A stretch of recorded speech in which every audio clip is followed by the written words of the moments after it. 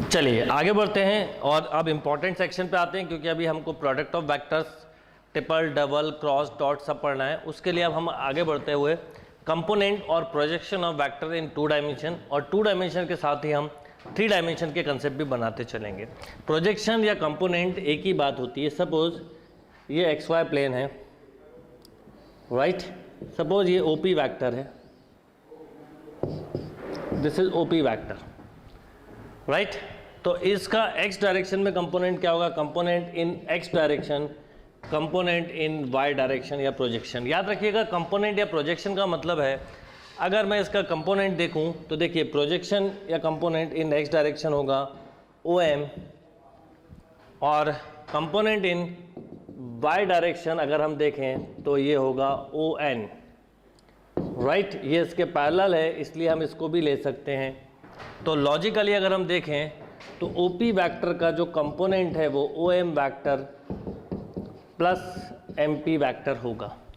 Suppose P के coordinate हैं x and y, तो ये डिस्टेंस हुआ x, ये डिस्टेंस हुआ y।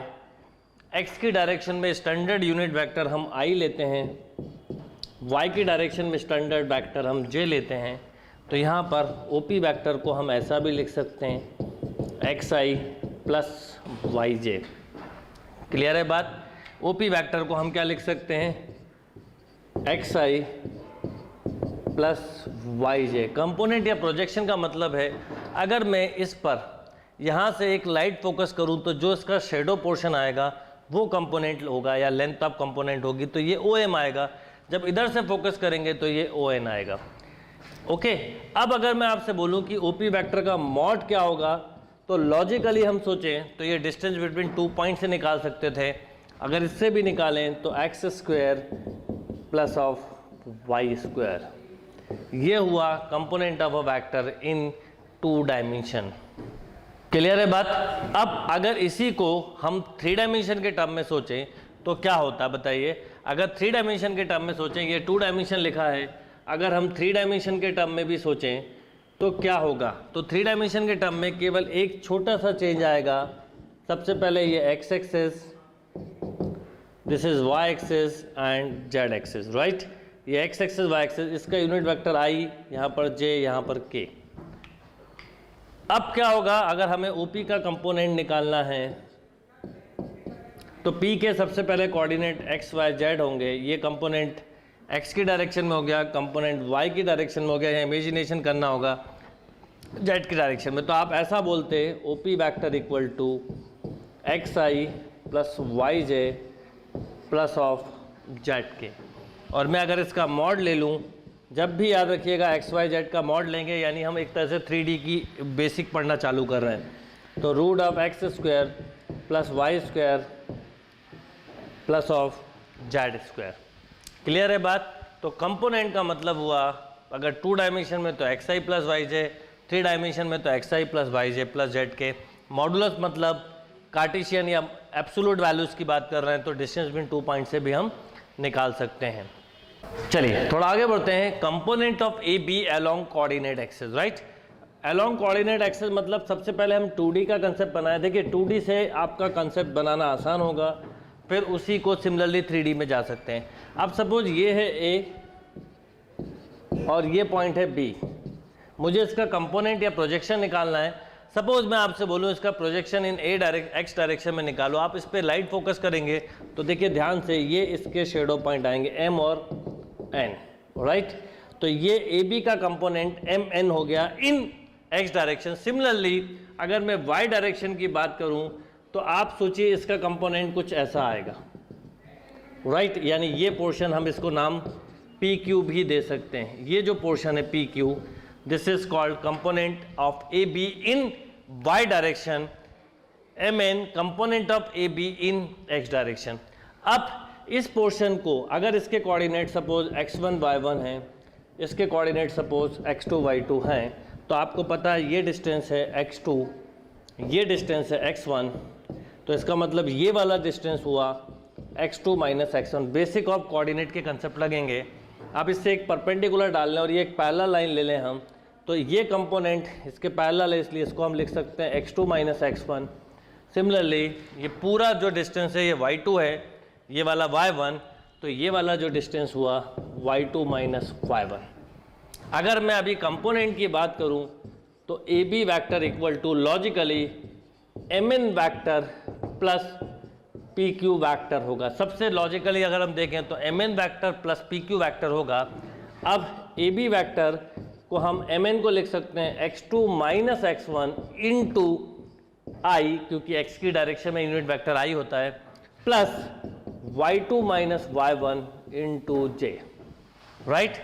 This is called component of A B along coordinate axis.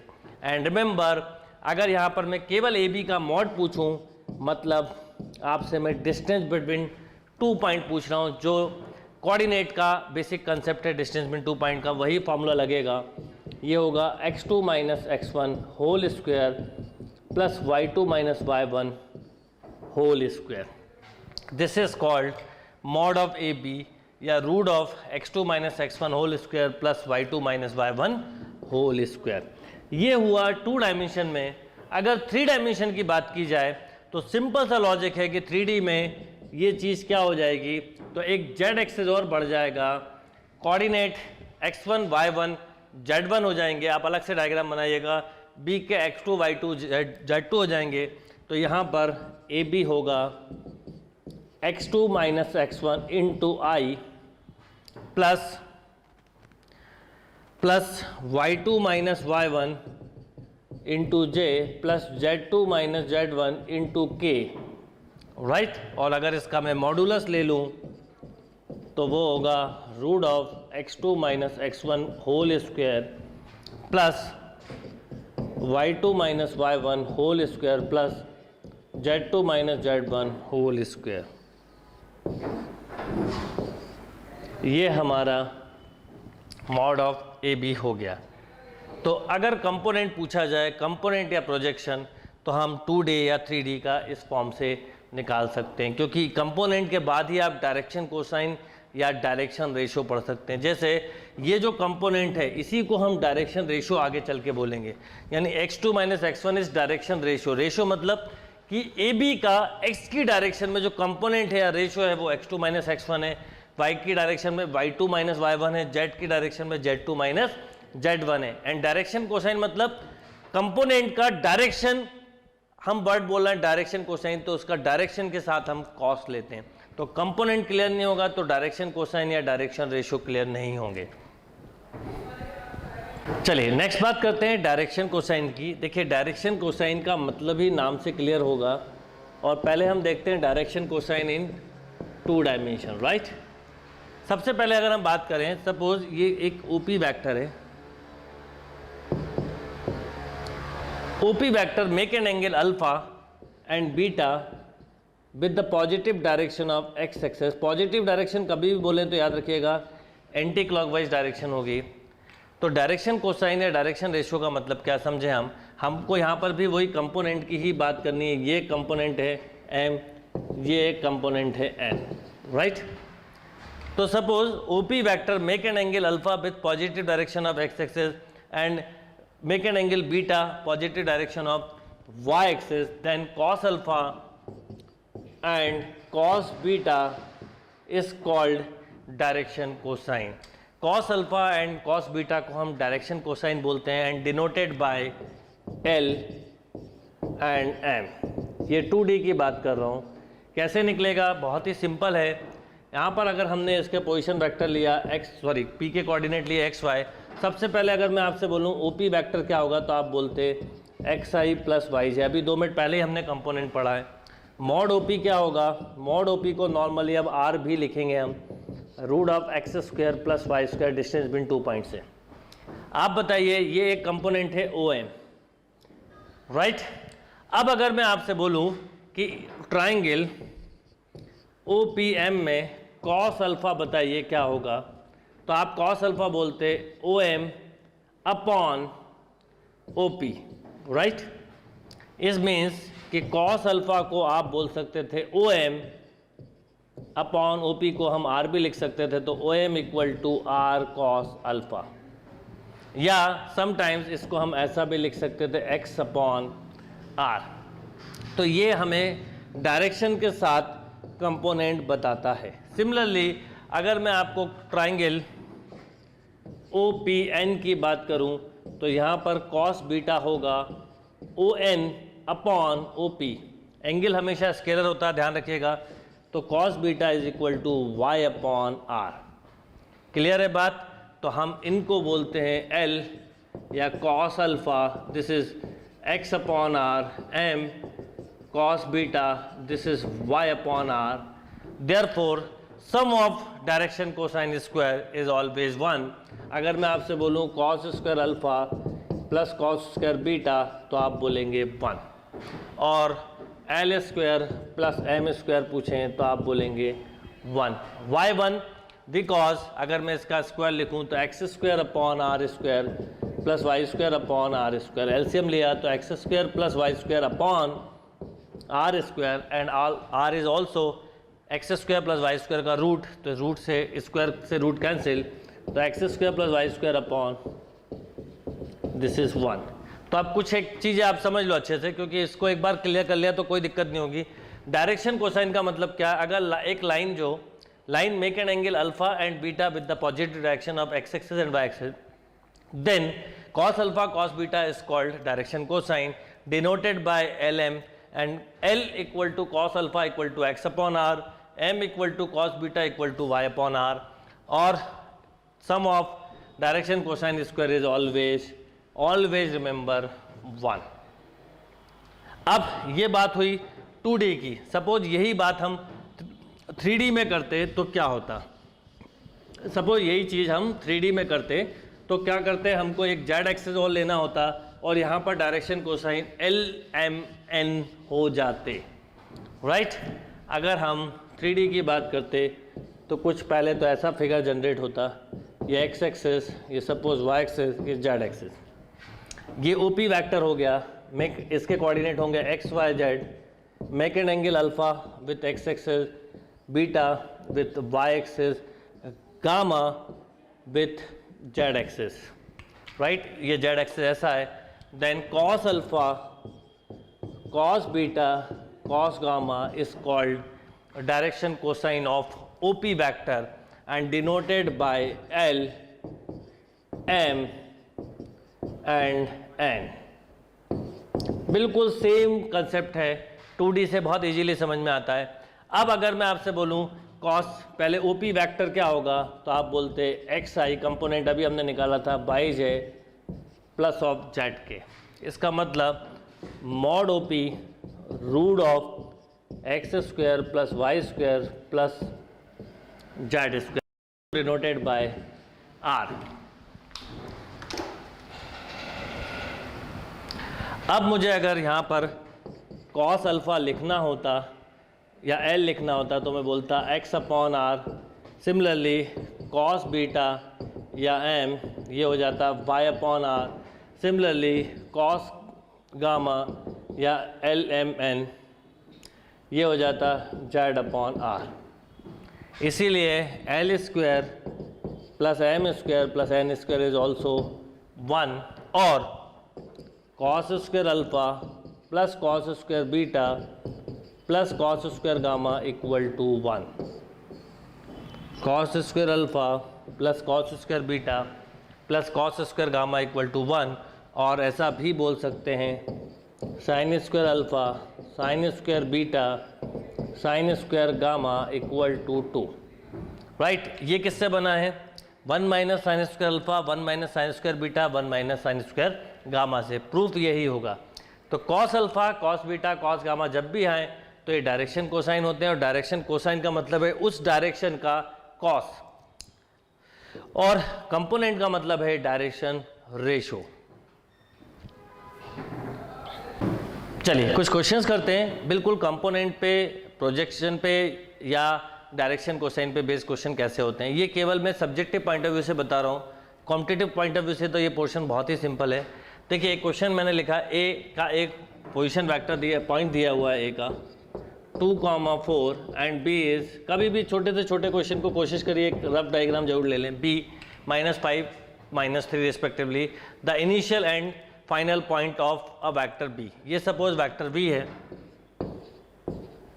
Find component of B and also the magnitude of B.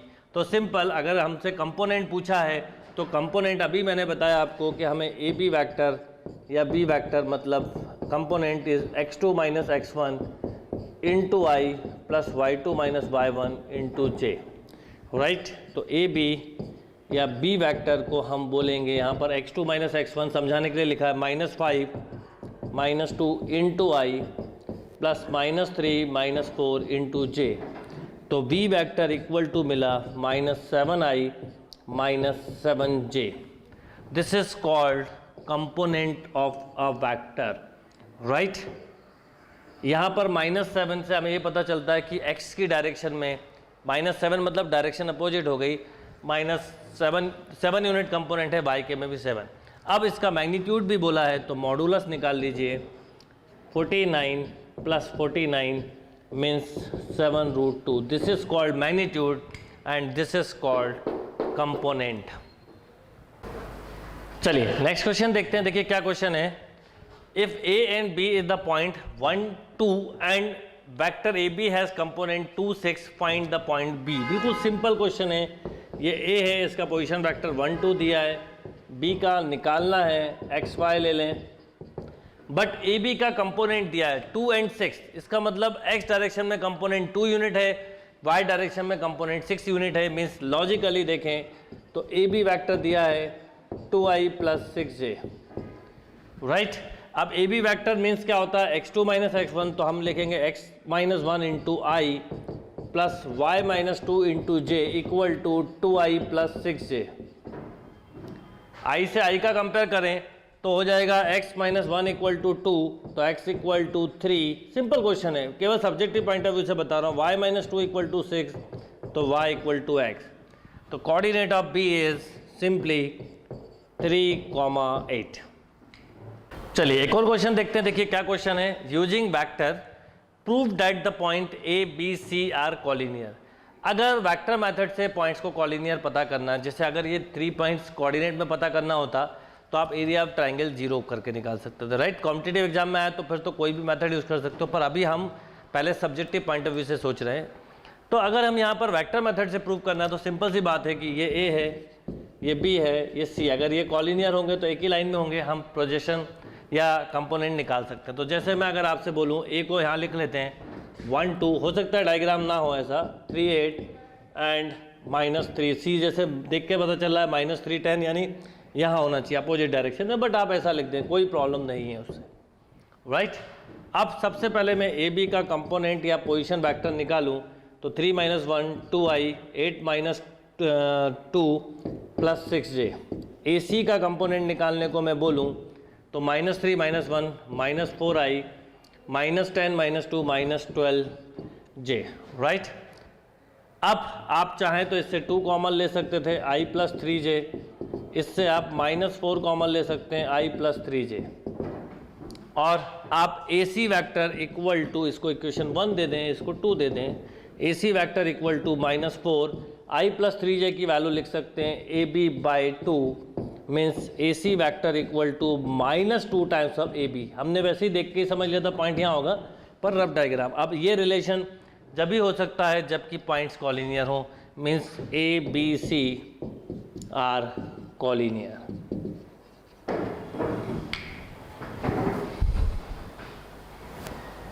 चलिए next question देखते हैं। अभी वो 2D वाले क्वेश्चन करे थे, अब 3D वाले देखते हैं। Find the component and magnitude of the vector P Q where P and Q are. P के कोऑर्डिनेट दिए -3 4 5, क्यू के कोऑर्डिनेट दिए हैं 6 7 4। वेक्टर मेथड यूज करना है, simple. Component of P Q निकालना है, मीन्स मैग्नीट्यूड एंड कंपोनेंट। तो x2 minus x1 6 minus 3 9i minus 7 minus 4 plus 3j minus of k। This is called component या प्रोजेक्शन।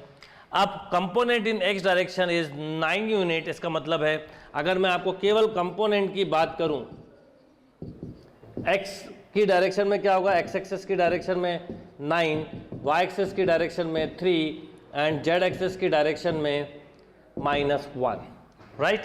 एंड अगर इसका मैग्नीट्यूड की बात की जाए तो मैग्नीट्यूड होगा √9 का square 81 plus 9 plus 1 means √9 91. This is called magnitude, right. यहीं पर क्योंकि हमने इतना काम करा हुआ है, क्यों ना हम डायरेक्शन कोसाइन निकालें. अगर डायरेक्शन कोसाइन बोला है तो L equal to cos alpha equal to 9 upon component upon magnitude, M equal to cos beta 3 upon root 91 अगर पूछा होता, और N equal to cos gamma equal to -1 upon root 91, right. तो ये सब रिलेटेड चीज़ें हैं, बहुत इजी पोर्शन है, इजीली आप सॉल्व कर सकते थे. चलिए एक और क्वेश्चन देखते हैं. जैसा 2D में था वैसे ही 3D का क्वेश्चन है. So that the points are collinear. बिल्कुल सिंपल सा लॉजिक है. देखिए अगर हम ध्यान से देखें तो ये पॉइंट दिए हुए हैं. अगर वैसे A के बाद C आना चाहिए और B अपोजिट डायरेक्शन में, पर आप कोई भी ऑर्डर ले लें, इस नो मैटर. 3 - 5 1 वेक्टर मेथड से प्रूव करना है. अगर हम चाहें तो इसको डिस्टेंस फॉर्मूले से भी कर सकते हैं, एरिया से भी कर सकते हैं, राइट. -6 सिंपल. हम सबसे पहले ए बी का पोजीशन वेक्टर निकालें. x2 - x1 -4i plus 5j -7k plus 7k. अब हमने निकाला ए सी का position vector.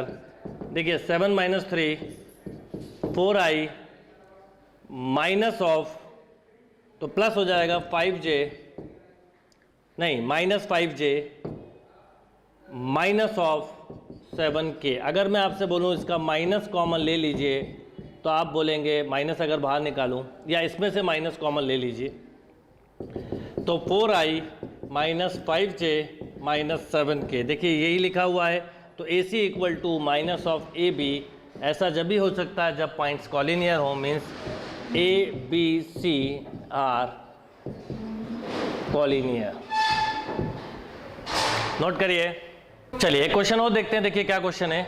So that the point ABC are vertices of right angle triangle. Suppose ये क्वेश्चन अगर ऑब्जेक्टिव नहीं होता, अभी हम ट्राइंगल कैसा भी बना लें, सॉरी सब्जेक्टिव नहीं होता तो हम डिस्टेंस फार्मूले से कर लेते हैं 3D के मेथड से. पर ऑब्जेक्टिव पॉइंट ऑफ व्यू से सब्जेक्टिव पॉइंट ऑफ व्यू से देखें तो हमें वेक्टर मेथड को यूज़ करते हुए करना है.